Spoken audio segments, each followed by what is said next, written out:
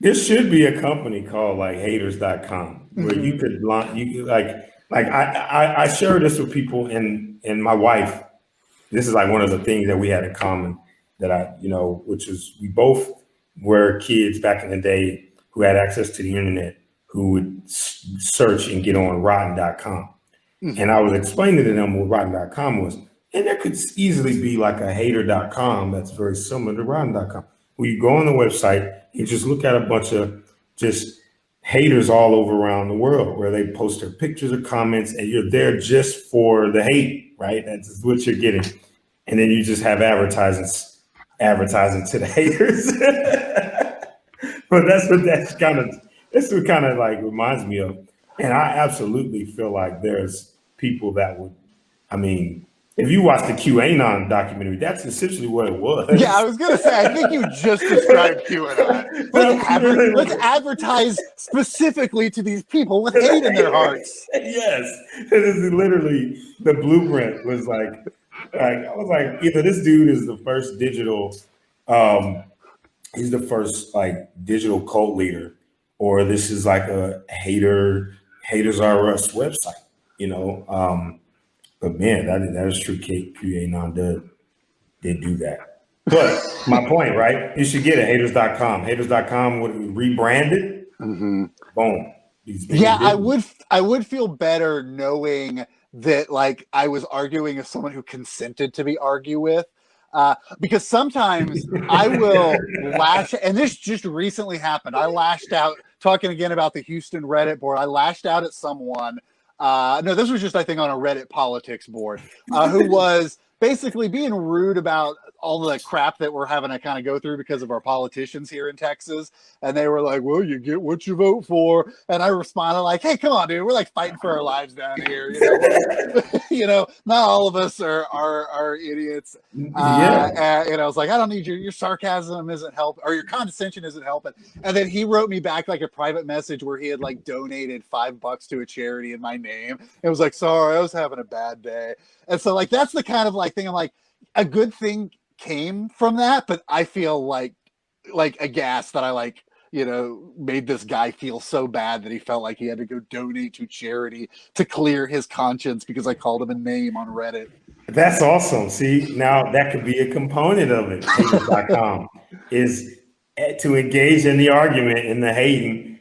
A portion of you have to pay a fee, and that fee is donated to that organization. So you're paying the price to shit on the thing that you want to shit on, right?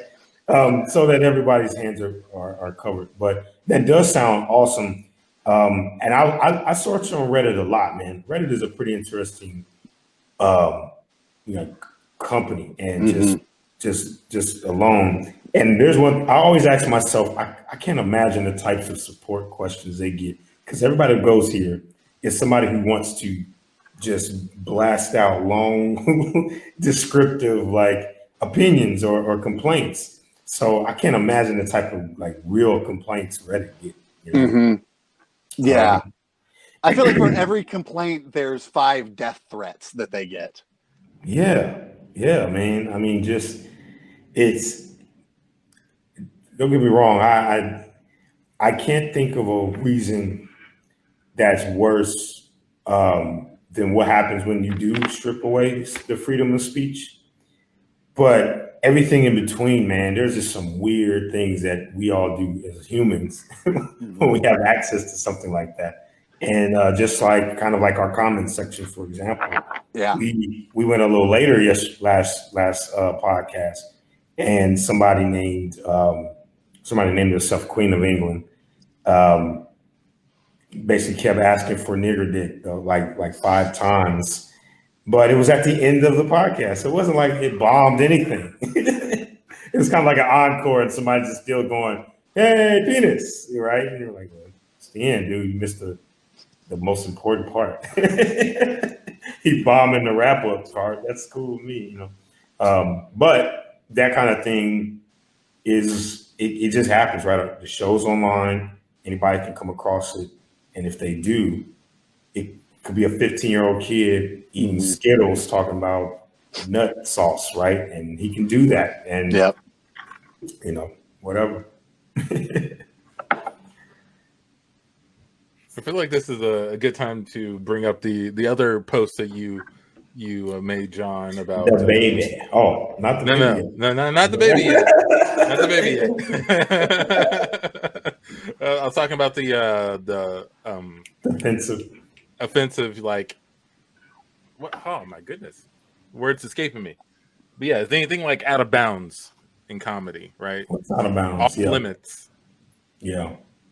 I know what I try to teach my students, and I can only my rule of thumb is I can't if I can't simply like share it or like teach it, then I try not to touch it because I'll fuck it up.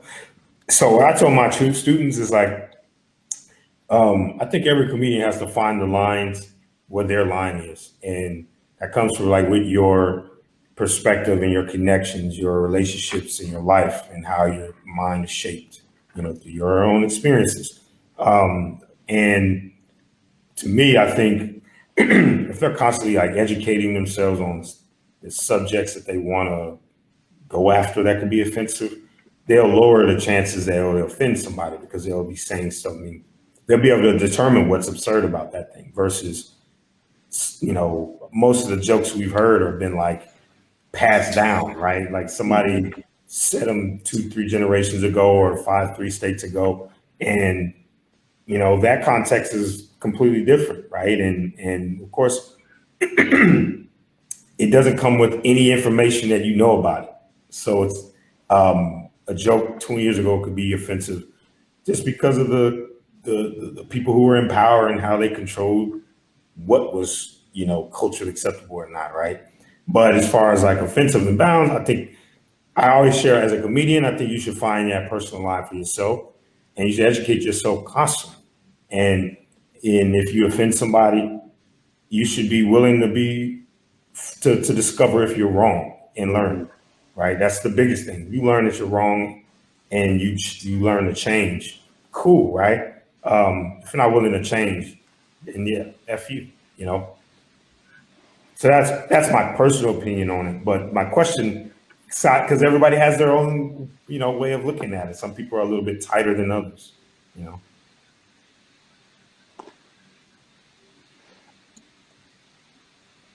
Did I freeze? No, you're okay. You're okay. No, your question, simmer. Yeah, because I think the way that you worded the post was, what do you consider out of bounds for comedy? Was that how you phrased it? Yep. And I think a lot of people saw that question and didn't interpret it as, what do you consider out of bounds? And saw that as in like, what are the comedy police allowed to tell you that is an acceptable joke or not? And I feel like people got offended immediately just at the idea of any joke being out of bounds, which is, of course, ridiculous because there are no comedy police. No one is going to, come, Joe snipe Biden didn't. I thought Donald Trump or Joe Biden, none of them created the federal comedy police. I mean, give it time, and yeah, it will happen. But yeah, so just the idea that someone was arguing this completely ridiculous thing that obviously the answer is always going to be no. At the end of the day, you can say whatever you want. Everyone agrees on that. Like nobody, there's no like Professor X isn't going to like all of a sudden like stop you and make it so that you can't say these words come out of your mouth. At the worst, people will just go like, I don't like that. That's hacky. That's offensive, whatever.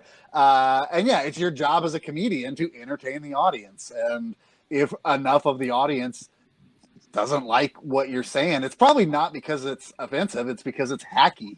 And I think that's the only joke that I ever get offended at is a hacky joke. It's a hacky joke. That's same way. Like same way, dude. And I think by definition, most what we would consider offensive jokes are hacky jokes because they're lame and they, like you said, they're inherited jokes. They're jokes that like we learned what humor was based on these jokes, and now we're ready to like, what's beyond that? What's better than that? Yeah. Interesting. Let me see, Antoine, what's your thoughts? I like one of the comments that someone made in your post. They said the only thing off limits in comedy is being not funny. which I agree with, actually. Whatever the joke is, it needs to be graded on whether or not it's funny first and foremost. And then, if it is funny, it could still be offensive, sure, but let's talk about why it's so funny. Like, how can they coexist at the same time? So yeah, my answer is no, not really, but it better be good. And it's sort of what I tell my classes as well. If we get into a discussion about what's off limits in improv, I'm like, well, there are pretty obvious areas. Now, tread lightly if you're looking to go, but I'm not going to tell you can't. I'm going to tell you, if you're going to go there, make sure you are doing it well. Make sure you're confident that you know what you're talking about. Because you can lose the audience. Just mentioning a word could get them. I 100% agree with that too. Because it's like, don't come from a place of ignorance with what you're saying. Like, be knowledgeable about what you're talking about. Because I think that's how you offend people too. Is like, and that's how you get hacky, is when it's kind of surface level, or you don't really know the subject, or you don't know the thing you're talking about, so you can't talk about it in a nuanced way or an interesting new way that people haven't heard before. You just heard the kind of stereotypes, or whatever. You don't really know what the subject of your joke deeply or intimately. So yeah. And the audience picks that up because, like, the audiences should be treated like they are intelligent, right? Like, unless they're drunk as shit, they should be treated like they're intelligent. And the question, one of the things I ask myself this, you kind of mentioned it, Antoine, about being undeniable, is let's say you're doing a joke, and that joke, 90% of the house is floored.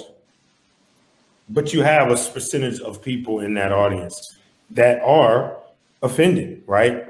As a comedian, like I always go like, how would you approach the joke, right? Would you say that one person offended is too many, or would you go with the majority house, right? A 90%.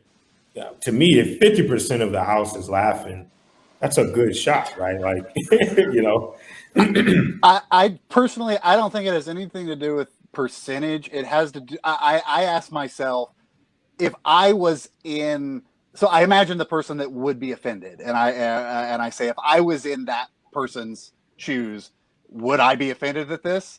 And if it was something that I could hypothetically see myself not enjoying, then I don't want to do it, because I was working in a pitch room, and I was pitching jokes with someone, and this was early on in my career, and I pitched what I thought was a very funny joke, but there were elements of it that like referenced rape, and I kept defending it because it was a really smart joke, and the person that I was pitching it to was like, "Yes, Calan, it's a very, very good rape joke, but it's still a rape joke, and I was raped, and I don't think it was funny." And I was just like, oh shit, yeah, of course. Oh, okay. And that has never like left me. And that's kind of how I feel. And as a comedian, I don't want a single person in that audience to walk away going, "Oh, that made me feel gross. That made me think of something that I didn't need to have to think about tonight."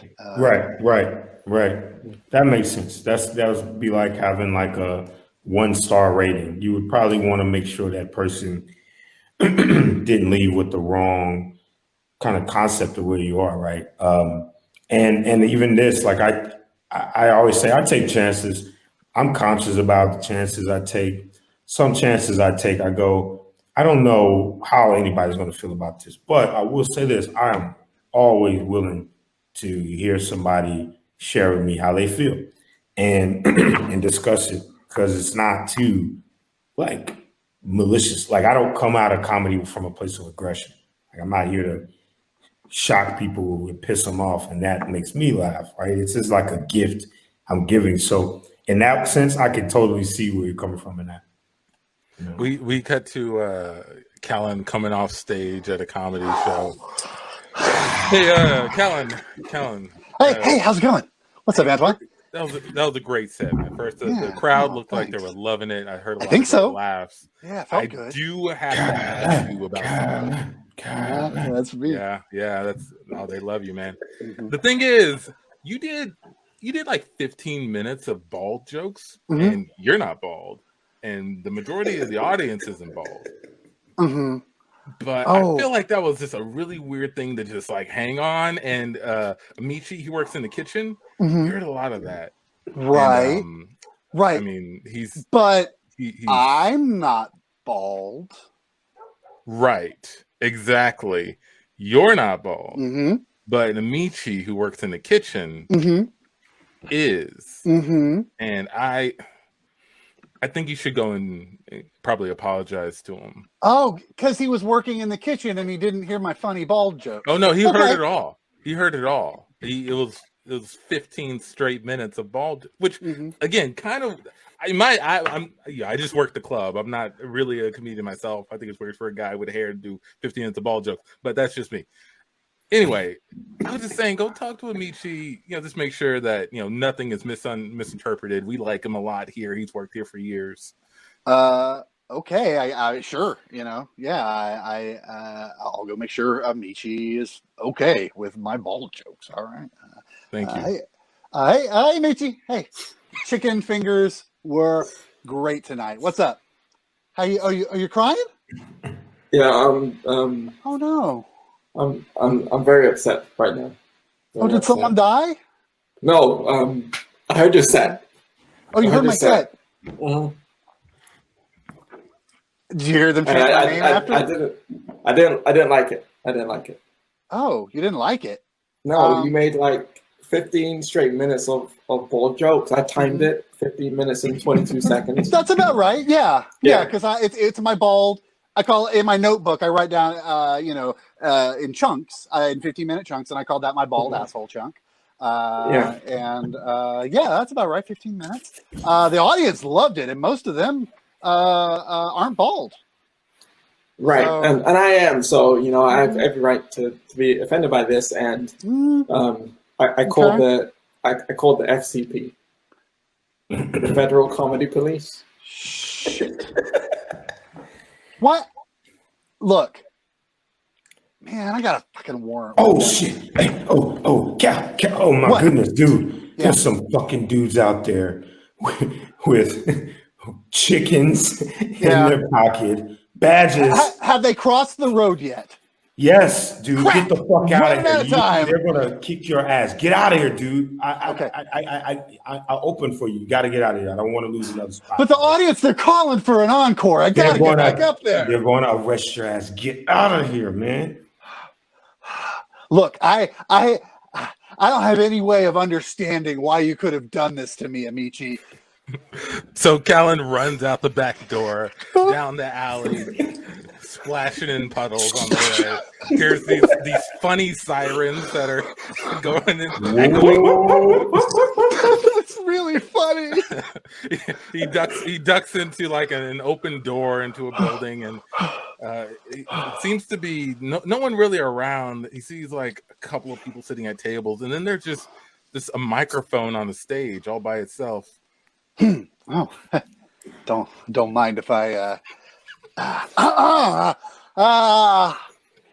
see there's a couple of bald assholes in the audience tonight. How do you tell when the sun's set? Because you're so bald. This is it, boys. Get him. Oh, crap, I couldn't resist. My own petard. We set this up to catch you. All of this is fake. That guy, the federal comedy cop. That guy, the federal comedy cop. Wait, is that guy even bald?